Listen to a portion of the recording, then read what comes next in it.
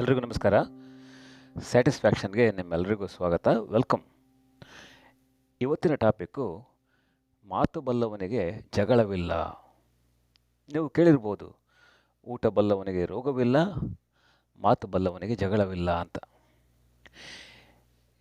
ಅಮೆರಿಕದವರೇನು ಮಾತಾಡಿ ಮಾತಾಡಿ ಎಲ್ಲರ ಹತ್ರನೂ ಜಗಳ ಮಾಡ್ತಾ ಇದ್ದಾರೆ, ಇದ್ಯಾಕೆ ಹೀಗೆ ಹೇಳ್ತಾ ಇದ್ದೀರಾ ಅಂತ ನೀವು ಕೇಳ್ಬೋದು.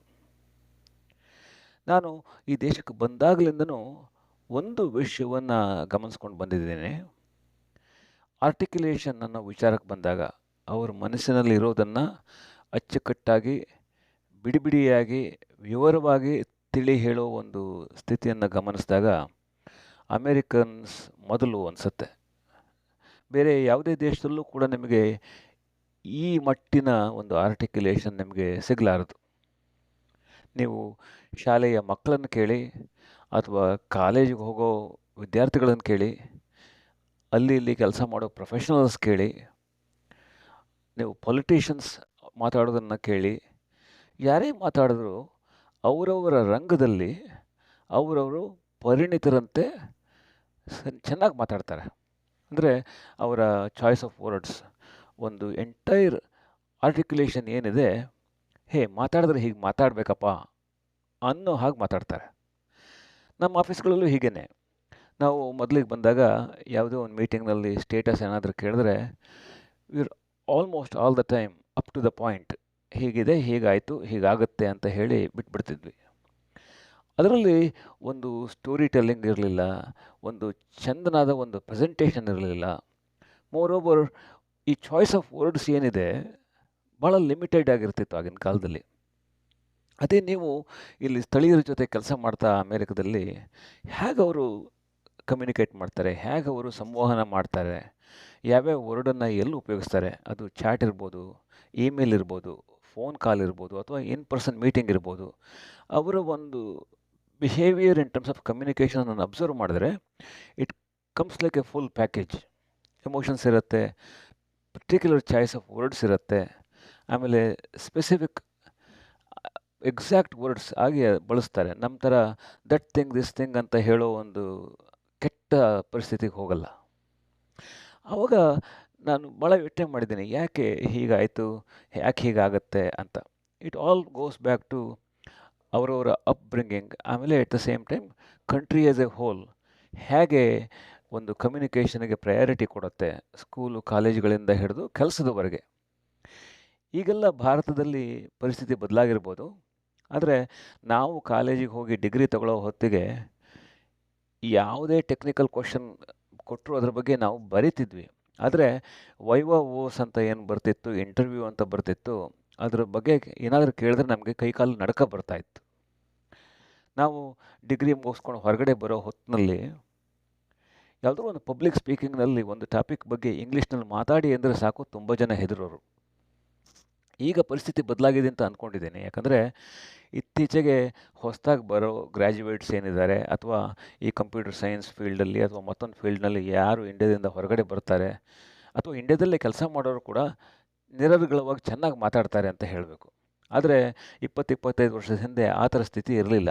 ನೀವು ಯಾವುದೇ ವೃತ್ತಿ ರಂಗದಲ್ಲಿ ತಗೊಳ್ಳಿ, ಇಂಗ್ಲೀಷ್ ಮಾತಾಡೋದು ಒಂದು ಕಮಾಡಿಟಿ ಆಗಿತ್ತು, ಒಂದು ಹೈಲೈಟೆಡ್ ಸ್ಟ್ಯಾಟಸ್ ಆಗಿತ್ತು. ಆದರೂ ಸಹಿತ ಇವತ್ತಿನ ಜನತೆ, ಒಂದು ಯುವ ಜನಾಂಗ ಚೆನ್ನಾಗಿ ಇಂಗ್ಲೀಷ್ ಮಾತಾಡ್ತಾರೆ ಅಂದರೂ ಕೂಡ still when it comes to articulation, it's not just English. ಆ entire package of communication as a whole ನೀವು ಅಬ್ಸರ್ವ್ ಮಾಡಬೇಕು. ಒಬ್ಬ UK ಮಗು, ಒಬ್ಬ ಆಸ್ಟ್ರೇಲಿಯನ್ ಮಗು, ಒಂದು ಇಂಡಿಯನ್ ಮಗು, ಅಥವಾ ಒಂದು ಅಮೇರಿಕನ್ ಮಗು, ಅಥವಾ ಚೈನೀಸ್ ಅಥವಾ ಜಾಪನೀಸ್ ಮಕ್ಕಳು ಹೇಗೆ ಕಮ್ಯುನಿಕೇಟ್ ಮಾಡ್ತಾರೆ ಅಂದಾಗ ಅವರ ಹಿಂದೆ you can see all of their culture behind. So ಅದನ್ನೇ ಗಮನಿಸ್ತಾ ಇದ್ದಾಗ ಇಲ್ಲಿ ಏನಾಗುತ್ತೆ, ಯುನೈಟೆಡ್ ಸ್ಟೇಟ್ಸಲ್ಲಿ ಈ ಪೇರೆಂಟಲ್ ಎಂಗೇಜ್ಮೆಂಟ್ ಮತ್ತು ಎನ್ಕರೇಜ್ಮೆಂಟು ಮಕ್ಕಳ ಮೊದಲ ಹಂತದಿಂದಲೂ ಕೂಡ ಬಹಳ ಎದ್ದು ಕಾಣುತ್ತೆ. ಮೊದಲೇ ಚಿಕ್ಕ ಚಿಕ್ಕ ಫ್ಯಾಮಿಲಿಗಳು, ಇಲ್ಲಿ ಒಂದು ಓಪನ್ ಕಮ್ಯುನಿಕೇಷನ್ಗೆ ಆದ್ಯತೆ ಜಾಸ್ತಿ. ಮಕ್ಕಳ ಫೀಲಿಂಗಿಗೆ, ಅವರ ಒಪಿನಿಯನನ್ನು ಹೇಳೋದಕ್ಕೆ ಅಥವಾ ಕೇಳೋದಕ್ಕೆ ಜನ ಹೆಚ್ಚು ಒತ್ತು ಕೊಡ್ತಾರೆ. ಇದರಿಂದ ಒಂದು ಮುಕ್ತವಾಗಿ ಅವರು ಮಾತಾಡೋಕ್ಕೆ ಸಾಧ್ಯ ಅಂತ ಅಂದ್ಕೊಂಡಿದ್ದೀನಿ. ನಾವು ಚಿಕ್ಕ ಮಕ್ಕಳಾಗಿ ಅಥವಾ ಇಂಡಿಯಾದಲ್ಲಿ ಬೆಳವಣಿಗೆ ಆಗೋ ಹಂತದಲ್ಲಿ ಫೀಲಿಂಗ್ಸ್ ಇರಲಿ, ನಮ್ಮ ಒಂದು ಒಪಿನಿಯನ್ನು ಕೂಡ ಹೆಚ್ಚು ಆದ್ಯತೆ ಇರ್ತಿರಲಿಲ್ಲ ಅಥವಾ ಬೆಲೆ ಇರ್ತಿರಲಿಲ್ಲ. ಅದಕ್ಕೆ ಯಾರೂ ಒಂದು ಗಮನ ಕೊಡ್ತಿರಲಿಲ್ಲ. ಆಗಿನ ಒಂದು ಎಕನಾಮಿಕ್ ಸಿಚುವೇಶನ್ನು, ಒಂದು ಫ್ಯಾಮಿಲಿಯಲ್ ಸೆಟಪ್ ಬೇರೆ ಇತ್ತು ಅನ್ನೋದಾದರೂ ಕೂಡ ಇವತ್ತಿಗೂ ಅದರಲ್ಲಿ ಹೆಚ್ಚು ಬದಲಾವಣೆ ಆಗಿದೆ ಅಂತ ಅನಿಸೋದಿಲ್ಲ ನನಗೆ. ಇನ್ ದ ಸೇಮ್ ಲೈನ್ಸ್, ಹೇಗೆ ಪೇರೆಂಟಲ್ ಎನ್ಕರೇಜ್ಮೆಂಟು ಮತ್ತು ಪೇರೆಂಟಲ್ ಅಬ್ಸರ್ವೇಷನ್ ಇರುತ್ತೆ, ಅದೇ ಥರ ನಮ್ಮ ಸೆಲೆಬ್ರೇಷನ್ ಟ್ರೆಡಿಷನ್ಸ್ ಕೂಡ ಈ ವೆಸ್ಟರ್ನ್ ಮತ್ತು ಈಸ್ಟರ್ನ್ ಫ್ಯಾಮಿಲೀಸಿಗೆ ಭಾಳ ವ್ಯತ್ಯಾಸ ಇದೆ. ಜಸ್ಟ್ ಆಸ್ಕ್ ಯುವರ್ ಸೆಲ್ಫ್, ನಿಮಗೆ ಈ ಪಾಡ್ಕ್ಯಾಸ್ಟ್ ಕೇಳೋರ ಒಂದು ಲೆವೆಲಲ್ಲಿ ನೀವು ಒಂದು ಪ್ರಶ್ನೆ ಕೇಳ್ಕೊಳ್ಳಿ, when was the first time you celebrated your birthday ಅಂತ. ನೀವು if you have celebrated your first birthday, if you have celebrated your 5th birthday, 10th birthday, you are probably in the latter generation. On the other hand, ನನ್ನಂಥವರಿಗೆ ಕೇಳಿದ್ರೆ I don't think so, right? So mostly that could be one of the reasons where ನಾವು ನಮ್ಮ traditions ಬೇರೆ ಇತ್ತು, ನಮ್ಮ culture ಬೇರೆ ಇತ್ತು, ನಮ್ಮ ಮೈಲ್ ಸ್ಟೋನ್ಸ್ ಬೇರೆ ಇತ್ತು, ನಾವು ಸೆಲೆಬ್ರೇಟ್ ಮಾಡ್ತಾ ಇದ್ದ ಹಾಲಿಡೇಸ್ ಬೇರೆ ಥರ ಇತ್ತು. ಇಂಡಿವಿಜುವಲ್ ಆದ್ಯತೆ ಅಥವಾ ಪ್ರಿಫರೆನ್ಸ್ ಅಥವಾ ಅವರ ಒಂದು ಫೀಲಿಂಗ್ಸ್, ಒಪಿನಿಯನ್ಸಿಗೆ ಹೆಚ್ಚು ಬೆಂಬಲ ಇರ್ತಿರಲಿಲ್ಲ ಅನಿಸುತ್ತೆ. That's one reason why I keep thinking about it. ನೀವು ಅಮೇರಿಕಾದಲ್ಲಿ ಬಂದು ಫಿಷರ್ಮ್ಯಾನ್ ಹತ್ರ ಮಾತಾಡಿ ಅಥವಾ ಮೆಕ್ಯಾನಿಕ್ ಹತ್ರ ಮಾತಾಡಿ, ನೀವು ಕಾಲೇಜ್ ಪ್ರೊಫೆಸರ್ ಹತ್ರ ಮಾತಾಡಿ ಅಥವಾ ನೀವು ಬಂದು ಒಬ್ಬ ತರಕಾರಿ ಮಾರೋನ ಹತ್ರ ಮಾತಾಡಿ, they will talk what they know, they easily describe and they very well describe their content. ಅದೇ ಆನ್ ದ ಅದರ್ ಹ್ಯಾಂಡ್, ನೀವು ಒಂದು ಇಂಡಿಯಾದ ಯೂನಿವರ್ಸಿಟಿ ಪ್ರೊಫೆಸರ್ ಹತ್ರ ಹೋಗಿ ಒಂದು ಕಾಮನ್ ವಿಷಯನ ಎಕ್ಸ್ಪ್ಲೇನ್ ಮಾಡೋಕ್ಕೆ ಕೇಳಿ, ದೇ ಆ್ಯಬ್ಸಲ್ಯೂಟ್ಲಿ ನೋ. ನಾನು ಅಲ್ಲಿನ ಪ್ರೊಫೆಸರು ಒಳ್ಳೆಯವರು, ಹೆಚ್ಚು ತಿಳ್ಕೊಂಡಿದ್ದಾರೆ, ಇಲ್ಲಿನ ಪ್ರೊಫೆಸರ್ ಹೆಚ್ಚು ತಿಳ್ಕೊಂಡಿಲ್ಲ ಅನ್ನೋ ಕಂಪ್ಯಾರಿಸನ್ ಮಾಡ್ತಾ ಇಲ್ಲ. I am just talking about the articulation as a point. ಅವರ ಮನಸ್ಸಲ್ಲಿರೋದನ್ನು ಅದನ್ನು ಹೇಗೆ ಆರ್ಟಿಕ್ಯುಲೇಟ್ ಮಾಡ್ತಾರೆ ಅಂತ. I don't think it's English either. English ಅನ್ನೋ ಒಂದು ಲ್ಯಾಂಗ್ವೇಜ್ ಅಂತ ನಾನು ಹೇಳಲ್ಲ. ಈಗ ನೀವು ಕ್ರಿಕೆಟ್ ಕಾಮೆಂಟ್ರಿ ಕೇಳ್ತಾ ಇರ್ತೀರ. ಕ್ರಿಕೆಟ್ ಕಾಮೆಂಟ್ರಿ ಕೇಳಬೇಕಾದ್ರೆ ಒಬ್ಬ English native speaker cricket commentary ಕೊಡೋದಕ್ಕೂ ಒಬ್ಬ English non native speaker cricket commentary ಕೊಡೋದಕ್ಕೂ ವ್ಯತ್ಯಾಸ ಇರುತ್ತೆ. The choice of words, how they complete the sentences, ಆಮೇಲೆ ಅದನ್ನು ಯಾವ್ಯಾವ ಅಬ್ಜೆಕ್ಟಿವ್, ಯಾವ್ಯಾವ ಆ್ಯಡ್ ವರ್ಬ್, ಯಾವ್ಯಾವ ಪರ್ಟಿಕ್ಯುಲರ್ ಚಾಯ್ಸ್ ಆಫ್ ಆ್ಯಕ್ಷನ್ ವರ್ಬ್ಸನ್ನು ಯೂಸ್ ಮಾಡ್ತಾರೆ. ಅದರಲ್ಲಿ you can tell how their sentences are coming up ಅಂತ. ಆ ಒಂದು ಆರ್ಟಿಕ್ಯುಲೇಷನ್ ಅನ್ನೋದು ನನಗೆ ಯಾವತ್ತೂ ಕೂಡ ಇಟ್ ಕೀಪ್ಸ್ ಮೈ ಥಿಂಕಿಂಗ್, ಯಾಕಿರ್ಬೋದು ಅಂತ. ಸೊ ಇದಕ್ಕೆ ಒಂದು ಕಾರಣ ಅಂತ ಇರಲ್ಲ.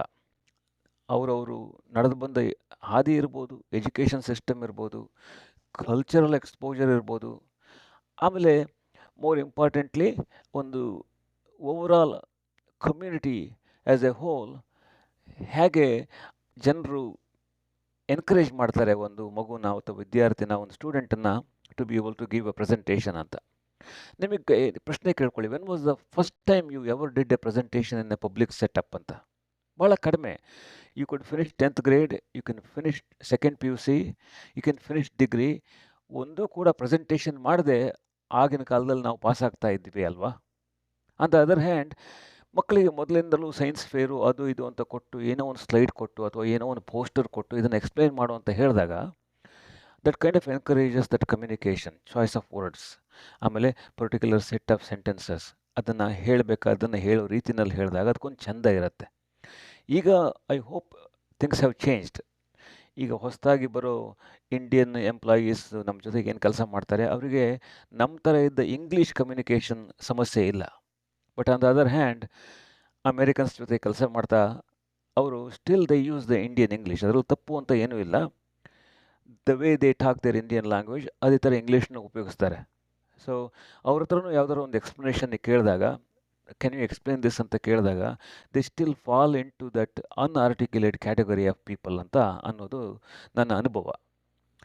ಸೊ ನಾವು ಒಂದು ಚೈಲ್ಡ್ ಸೆಂಟ್ರಿಕ್ ಅಪ್ರೋಚ್ ಅಂತ ಏನು ಇಲ್ಲಿ ಇಟ್ಕೊಂಡಿದ್ದೀವಿ ಅಮೇರಿಕಾದಲ್ಲಿ, ಅದು ಇನೋವೇಷನ್ಗೂ ಕೂಡ ಪೂರಕವಾಗುತ್ತೆ ಅನ್ನೋದು ಇವತ್ತಿನ ಒಂದು ಉಪಕಥೆ.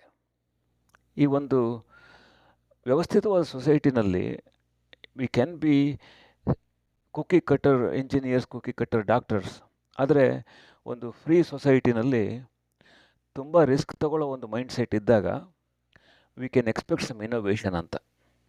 ಸೊ ಅಮೆರಿಕದಲ್ಲಿ ಬಿಡಿ, it's an amalgamation of population, especially talent from the diverse set of talent pool that is coming all over the world. On the other hand, ಇಲ್ಲಿನ ಒಂದು ಸಪೋರ್ಟ್, ಆಕ್ಸೆಸ್ ಟು ಕ್ಯಾಪಿಟಲ್, ಒಂದು ಟೋಟಲ್ ಮಾರ್ಕೆಟ್ ಸೈಜ್ ಮತ್ತು ಏನು ಒಂದು ecosystem ಇದೆ, ಅದೆಲ್ಲವೂ ಕೂಡ ಇನೋವೇಷನ್ಗೆ ಪೂರಕವಾಗೇ ಇದೆ. So you can always take an innovative approach. You can always take risk. ನಮ್ಮ ಆಫೀಸ್ನಲ್ಲಿ ನಾವೇನು ಮಾಡ್ತೀವಿ, we work on something called prototypes. It's nothing but fail fast approach ಅಂತ. ಸೊ ಏನೋ ಒಂದು ಐಡಿಯಾ ಇದೆ, I would like to work on it, I would like to kind of work on it and then develop something and then see whether it works or not. ಮೊನ್ನೆ ಯಾವುದೋ ಒಬ್ಬ Facebook employee ಹತ್ರ ಮಾತಾಡ್ತಾ ಇದ್ದೆ ನಾನು.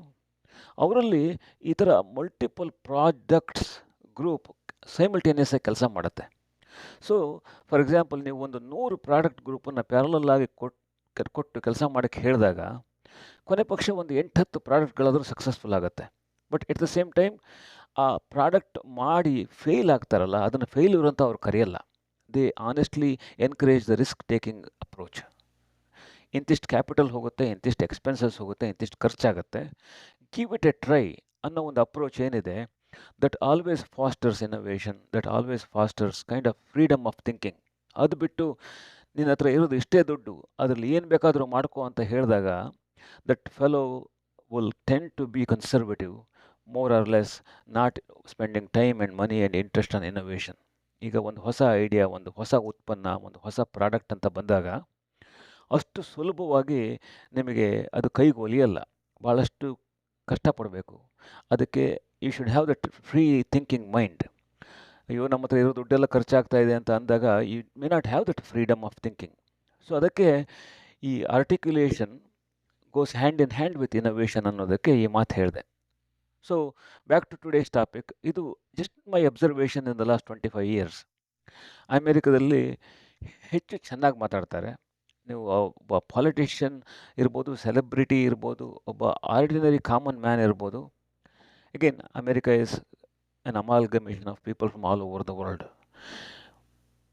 ಅವರವರ ದೇಶದಲ್ಲಿ ಚೆನ್ನಾಗಿ ಮಾತಾಡ್ತಾ ಇದ್ದವರು ಕೂಡ ಇಲ್ಲಿ ಬಂದು ಚೆನ್ನಾಗಿ ಮಾತಾಡ್ತಾರೆ ಅಂತ ಹೇಳೋದು ಮತ್ತೊಂದು ರೀತಿಯಲ್ಲಿ you can think of how unarticulative society emerges from out of free world ಅಂತ. So that's today's topic. Hope this kind of kindles some thoughts in your mind. Let me know your thoughts.